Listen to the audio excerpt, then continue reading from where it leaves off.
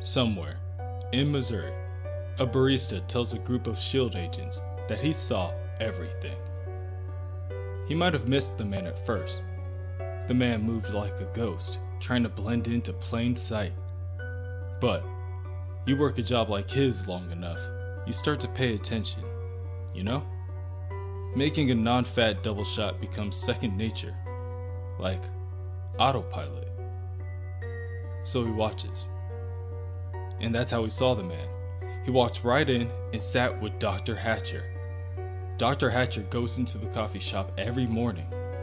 Every morning, he tells the SHIELD agents. And that man knew. The barista couldn't hear everything the two men spoke about. Something about crimes against evolution and genetic genocide? And then, out of nowhere, the man pulled all of the fillings out of the doctor's mouth with just a snap of his fingers. The barista remembers hearing the doctor's screams.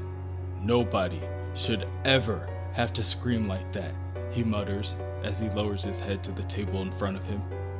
That wasn't the worst part though, because after the man drove the doctor into the street, he replaced the fillings. The barista remembers. He could see it in the man's eyes. Just like he said that making coffee was second nature to him, that was killing for this guy. Like autopilot. Somewhere in Kansas, he waits in his motel as he watches his coffee boil. To live among the stars, he ponders. To rule jungle kingdoms. To guide entire nations, only to find oneself there.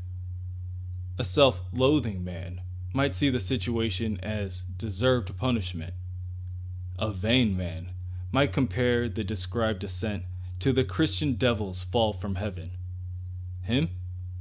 He's just glad the coffee's not terrible. He has been known by many names. Max Eisenhardt, Eric Lenscher, Magnus, Magneto. Each name carries its own sin, and one day he will answer for those offenses, but not today. Only his actions, what he does in the name of all mutants, that is all that matters. The past often pilots the course for one's future. In the past, Dr. Hatcher played games with mutant lives, so now Magneto has taken his future from him. Magneto knows that he won't be answering for his own wrongdoings anytime soon, but he will make sure that others pay for theirs. As Magneto hears a knock at his door, he wonders if the devil ever feels the same way. Housekeeping. Of course. Same time every day. When Magneto checked into the hotel under the name Mr. Sullivan, she, Dina, the housekeeper, says it as frequently as possible. She knows it's an alias, and it makes her nervous. But through repetition, she convinces herself that Mr. Sullivan is no threat, that he isn't dangerous. And still, while Dina knows that he is not who he says, he doubts that she knows who he truly is. Without the helmet, he is rarely recognized. Rarely. Dina leaves Magneto's room and begins to place a call. Magneto peeks his head out of his motel door and watches before calling out to Dina, slowly approaching her with cash in hand. She must have forgotten her tip again. Of course, Dina confirms, before quickly stuffing the dollar bills into her front pocket. Magneto returns to his room and convinces himself that he is getting paranoid in his old age. She was just calling her boyfriend, her babysitter, or maybe even her mother. The phone call was innocent and therefore inconsequential, he concludes. In any case, it shouldn't matter. He won't be around for long. His resources are limited these days. Where once he built some of the most sophisticated communication systems in the world, he now toils with refurbished laptops and newspaper clippings. But, diminished though he may be, he has managed to stay several steps ahead of those who are interested in his activities, such as S.H.I.E.L.D. They have even gone as far as planting false information in the media, reports about crimes against mutant kind, in order to draw him out. They forget who they are dealing with. They forget that he has seen so much tragedy and terror that Magneto would never mistake a ruse for the real thing. It is only a matter of time before Magneto strikes at a target that will make him worthy of their best efforts. In the meantime, they are simply spread too thin to make the connections. They simply don't have the manpower to contain such hate. His latest hunt brings him to Mountain Air, California. Of course, getting there took a little longer than he is accustomed to, but he is traveling under the radar, so to speak. The newspapers, with their litany of murder, mistakenly form a trail of breadcrumbs for anyone who knows what they are looking for. The murders, 3 crimes against 3 mutants. As easy for Magneto to follow as a child's dot to dot. But the killer arriving in Mountain Air and turning himself over to the authorities, however, was unexpected. If nothing else, it certainly complicates things. The murderer, a vagrant named Colton Hendry, is jailed, yes, but for how long? It is a simple matter of time before he is whisked away, transferred to another facility, lost in the system. And how long until he is free? He might have turned himself in, but how long until his feelings of guilt wear thin? A monster can only masquerade as a man for so long, and cages seldom hold once the true beast is revealed. Magneto enters and stands in the middle of the jailhouse.